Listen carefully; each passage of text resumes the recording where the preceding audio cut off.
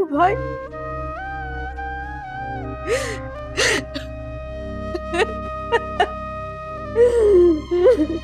तैयार है ना? मैं ऑफिस से घर आऊंगा तो तुमने मेरे साथ जाना है। हम कहीं जा रहे हैं? अरे बेटा सरप्राइज है, एक जरूरी मीटिंग अटेंड करनी है। पता नहीं क्या सरप्राइज देने वाले हैं सुल्तान अंकल मुझे। कहीं कोई प्रॉपर्टी तो मुझे गिफ्ट करने का नहीं सोच रहे? नहीं, मुझे ये सब नहीं चाहिए। बस काश वो सूबिया की मोहब्बत, इसकी वफा मेरे नाम कर सकते, लेकिन ये तो उनके भी इख्तियार में नहीं।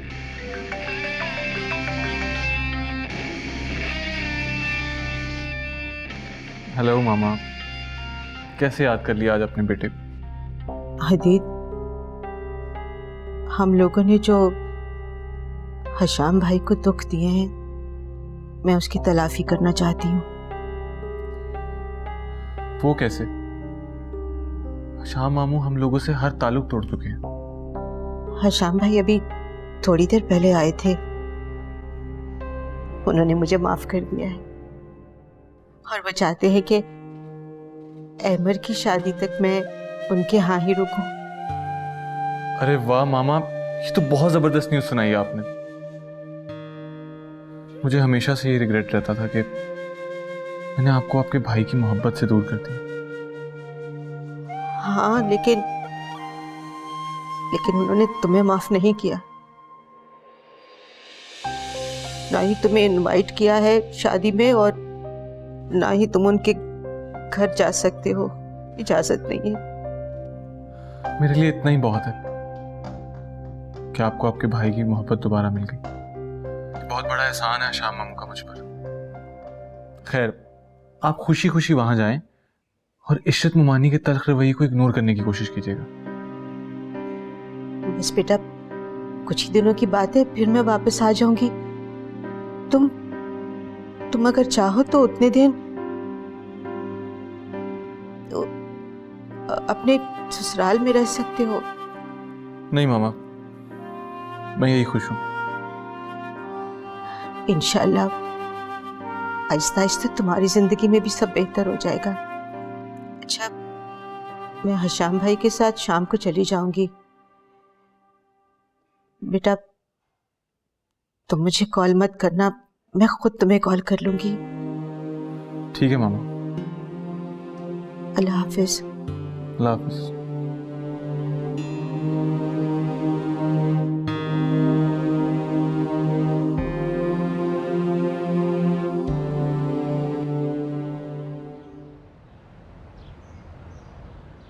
शर्मीली। जी बाजी। मैंने अपनी साड़ी रख दी है, टाइम मिले तो इस्त्री कर देना परसों के लिए। हाँ जी बाजी, मैंने ना एक ख्वाब देखा। अब क्या देख लिया? कसम से नहीं बाजी, मैं झूठा ख्वाब नहीं सुना रही। मैंने देखा कि असद साहब ना जामनी साड़ी पहने खड़े हुए और मैं पूरे घर में ना उनके लिए जामनी चूड़ियां ढूंढती फिर रही हूँ। शर्मीली, तुमने ना अपने असाब पर ही सवार कर दिया उस साड़ी वाली बात को। अब कल को ये भी ख्वाब देख लेना कि मैं पैंट शर्ट पहने खड़ी हुई हूँ। तौबा तौबा अंजलि बाजी, ऐसा ख्वाब तो मैं कभी नहीं देखूंगी। क्या आप पतलून और कमीज पहने खड़ी? नहीं नहीं, तौबा करे। मार खाओगी एक दिन मुझसे। मजाल है, इसका वक्त की हंसी रुकती हो।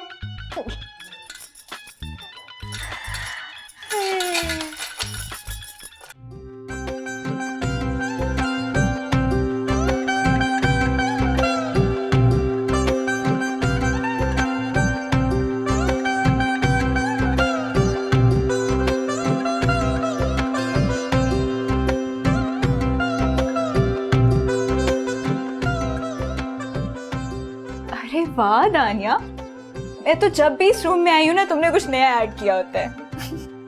वाकई तानिया, ये तो कमरा बहुत शानदार लग रहा है ना? मैं अभी तुम्हारे अब्बा को बुला के दिखाती हूँ। ठीक है।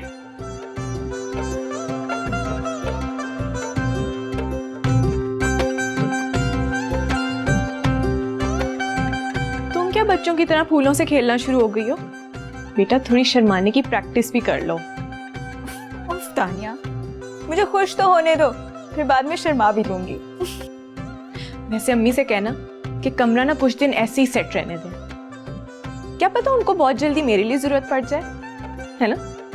वैसे आइडिया बुरा नहीं है, अम्मी से बात करूंगी मैं इस बारे में। उफ ये तो बेस्ट हो गया। अब मैं तुम्हारी और भी खातिर करूंगी। चलो ये मुझे तो मैंने सेट करना है।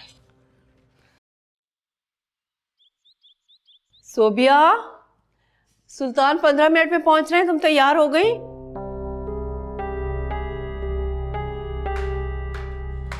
ये क्या, तुम तैयार क्यों नहीं हुई? ऐसे बाहर जाओगी क्या? तैयार तो हूँ मम्मी, ठीक है बस।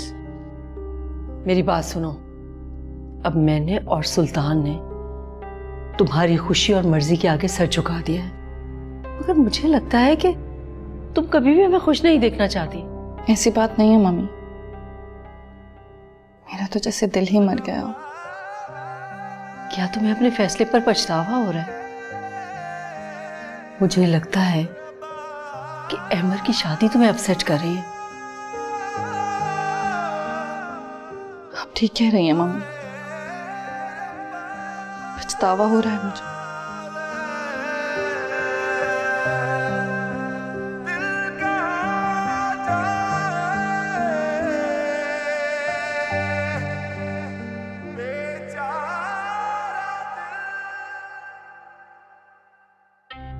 अदील, इसमें बहुत मिस्टेक्स हैं, इसमें इसको करेक्शंस के साथ आप लेकर आए मेरे पास।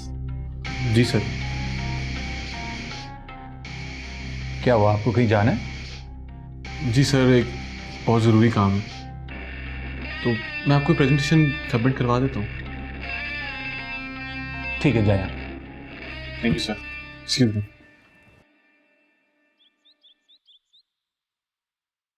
हाजरा, जी बाजी।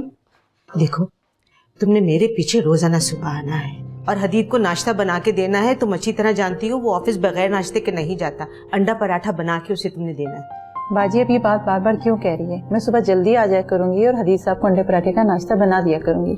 वैसे तो वो खाना अपने ससुराल से ही जाकर खा लिया करेगा, लेकिन फिर भी तुम रोज उससे पूछ लिया करना कि अगर उसने कुछ और भी खाना हो तो। हाँ, और उसका कमरा वो जरूर साफ करना, उसे गंदा कमरा बिल्कुल पसंद नहीं।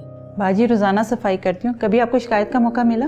हाँ वो तो ठीक है। अरे हशाम भाई आ गए। बाजी आप मुतमिन होके जाइए, मैं हदीद साहब का भी ख्याल रखूंगी, उनके जीपी का भी ख्याल रखूंगी। अरे हाँ, अरे जेबी के भी खाने पीने का ख्याल करना। हाँ जी बेहतर। अच्छा, मेरा बैग रखा हुआ है, वो गाड़ी में रख दो। चलो। नुसरत, कब निकलोगे तुम लोग? आज मैंने तुम्हारे सारे फेवरेट खाने बनवाए हैं। उफ़ो इशरत आपा, आप तो शर्मिंदा कर रही हैं। आपकी यही मोहब्बत की याद तो मुझे रुलाती रही है। वो अभी जरा सुल्तान और सोबिया किसी काम से बाहर गए हैं, बस वो लोग आ जाएं तो फिर हम आएंगे आपकी तरफ। शुक्र है मेरी खुशी के रंग में भंग नहीं पड़ी। क्या मतलब, बुशरा नहीं आ रही क्या? लगता तो कुछ ऐसा ही है। भाई अगर आ रही होती तो अब तक हशाम ने 10 फोन कर लेने थे, लेकिन मुकम्मल खामोशी है। वैसे तो बहुत खुश थे वो। मुझे लगता है हालात ठीक होने के बजाय मजीद बिगड़ गए। इशरत आपा, मेरा दिल चाह रहा था कि मैं सोबिया को भी अपने साथ ले आऊं ताकि वो आप दोनों से माफी मांग ले, मगर हशाम भाई की वजह से मैंने ये इरादा मुलतवी कर दिया। हशाम को तो हदीद के साथ साथ सोबिया से भी नफरत हो गई है, लेकिन डोंट वरी, इंशाल्लाह आहिस्ता आहिस्ता नर्म हो जाएंगे वो। चलो निकलो तुम लोग, फिर जल्दी करो। अल्लाह हाफिज। आप ठीक कह रही हैं मम्मी, पछतावा हो रहा है मुझे। इशरत आपा, अगर आज सोबिया का वो जुमला सुन लेती ना तो कभी ये ना कहती।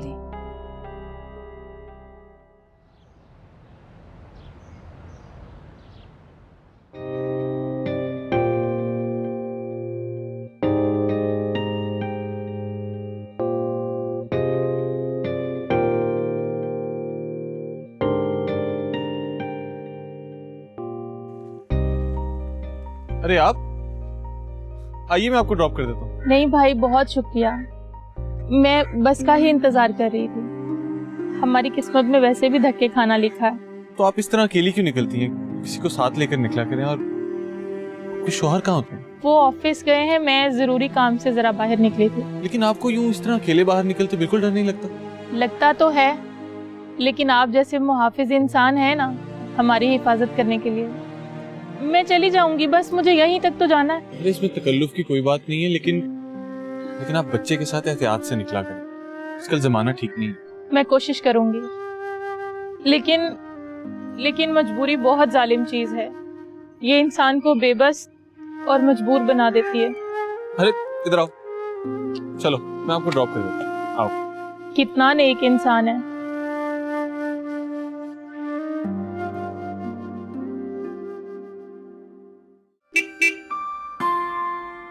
चलो अच्छा हुआ शाम आ गए।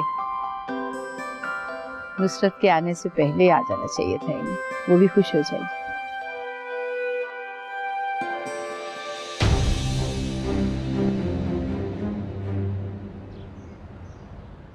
ये फेयर नहीं है डैड। मैं सारे रास्ते आपसे पूछती आई हूँ कि आखिर क्या सरप्राइज है, आप बता ही नहीं रहे। बेटा, सब्र का फल मीठा होता है। यकीन रखो कि सरप्राइज बहुत अच्छा होगा। मैं जानता हूं कि तुम हमारी वजह से इस शादी से खुश नहीं हो। एक अच्छी बेटी होने के नाते जो तुम्हारे अंदर नदामत थी वो गलत नहीं थी, और एक अच्छे बाप होने की हैसियत से मेरा ये फर्ज बनता है कि तुम्हें उस नदामत से, उस घुटन से बाहर निकालो, तुम्हें खुशियां दो। कैसी खुशी डैडी? अस्सलाम वालेकुम अंकल, अब मैं ज़्यादा लेट तो नहीं हो गया? वालेकुम अस्सलाम। नहीं बेटा, बस हम भी कुछ देर पहले ही पहुंचे।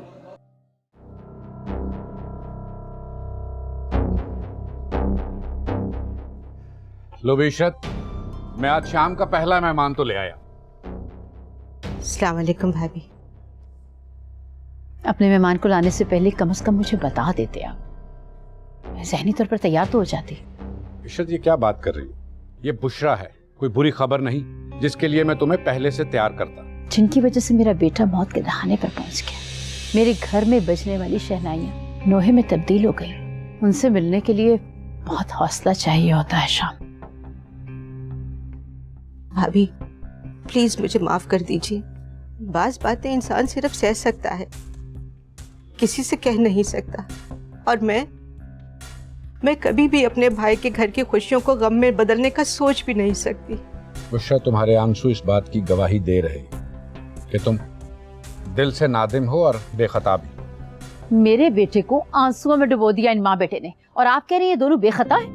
और अब अल्लाह जब तुम्हें तुम्हारी खुशियों से दोबारा नवाज रहा है तो तुम बुशरा की माफी को कबूल ना करके उसके आंसुओं से चिराग जलाओगी अपनी खुशी का। अरे माफ करने का मतलब यह नहीं होता कि तुम उसे गले से लगा लो, बल्कि अल्लाह से अहद करने का है कि तुम ऐसी अजियत किसी को नहीं दोगी जो तुमने खुद सही है। फिर देखना तुम्हारे दिल को कितना सुकून मिलेगा। मेरा यकीन करें भाभी, आपका गम हर पल मेरे दिल में रोता रहा, बैन करता रहा है। मैं बड़े इम्तिहान से गुजरी हूँ। चलो ठीक है, आप बिठाएं इन्हें, मैं चाय का इंतजाम करती हूँ।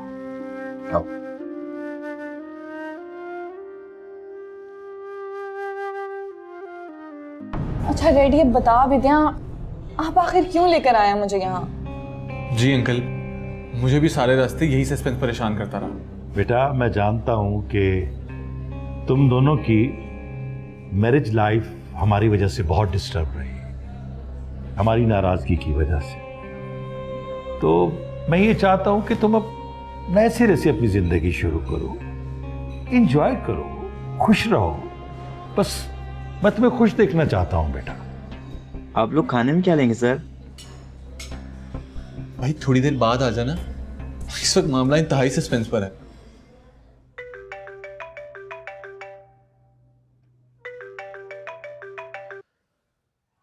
जी अम्मी, मैं बस निकल ही रहा था। बाबा तो घर पहुंच गए ना? वो बुशरा को साथ लेकर आ गए। नुसरत के आने की सारी खुशी खाक में मिला दी तुम्हारे बाप ने। अम्मी, क्या आप चाहती हैं कि मेरी शादी पे बाबा नाखुश रहे, बिल्कुल दिलचस्पी ना दिखाएं? अम्मी, वो बाबा की बहन है। एक बार, सिर्फ एक बार उनकी फीलिंग्स को समझने की कोशिश करें आप। अहमद, खबरदार खबरदार, अगर तुमने मेरी बहन को बुशरा के साथ मिलाया। वो इतनी सेल्फिश नहीं है दूसरों की जिंदगियां बर्बाद करने वाली। मैं क्या करूं अहमद, अमर मेरा दिल नहीं चाह रहा है उससे बात करने को। मेरी और बाबा की खातिर आप उनका थोड़ा सा लिहाज कर लें। मैं बस पहुंच रहा हूं। खुदा हाफिज।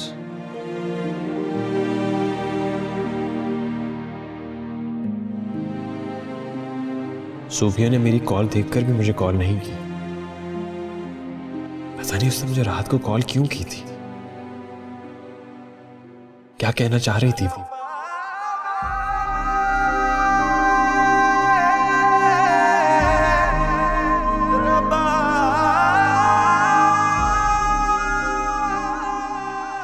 नहीं, मुझे उसे कॉल नहीं करनी चाहिए, वरना उसके लिए और मुश्किल खड़ी हो जाएगी।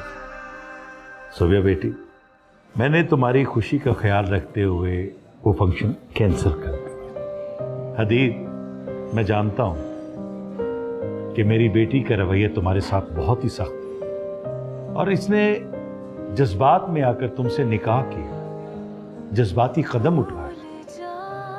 ये उसी का रिएक्शन है बेटा कि इसकी इस गलती की वजह से हमारा सर लोगों के सामने झुक गया और हमारे झुके हुए सरों को देखकर सोबिया को अपनी गलती का एहसास हुआ और हमारी दूरी लाताल्लुकी की वजह से ये मजीद टूट गई। लेकिन मैं ये चाहता हूं कि तुम दोनों की जिंदगी में खुशियां पहले की तरह सब ठीक हो जाए और तुम खुश रहो बेटा।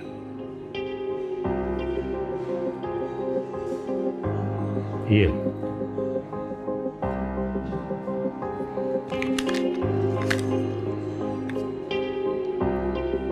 क्या है अंकल? बेटा, मैं ये चाहता हूं कि तुम हम सबसे दूर किसी पुरफिजा मकाम पर जाओ, अपनी लाइफ को एंजॉय करो। इसलिए मैंने तुम लोगों के लिए कश्मीर आने जाने और रहने का सारा बंदोबस्त कर दिया है। सुनो, जब तुम वापस आओ तो मेरी बेटी पहले की तरह हंसती मुस्कुराती और शोख व चंचल मुझे दिखाई दे। ठीक है सोबिया? शाबाश। अब आप लोग कश्मीर जाने की तैयारी करो और मैं घर जाता हूं, तुम्हारी मामा इंतजार कर रही है। Thank you so much uncle. मुझे तो समझ नहीं आ रहा मैं कैसे आपका शुक्रिया अदा करूं। आप लोग जरा घूमने निकल जाए, थोड़ा सा एंजॉय करो बेटा। शाबाश।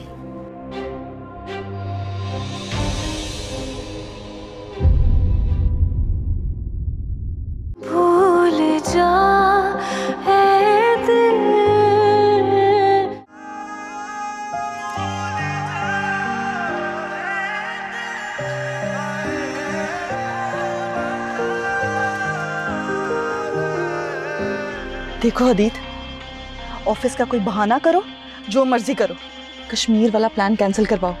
मैं तुम्हारे साथ कहीं नहीं जाना चाहती, समझे तुम? वो तो तुम्हें जाना पड़ेगा सोबिया। सुल्तान अंकल ने कहा था कि हम अपनी जिंदगी की नई शुरुआत करें। ओह, तो बहुत फर्मा बरदार बन रहे हो मेरे डैडी के। भूल जा ए दिल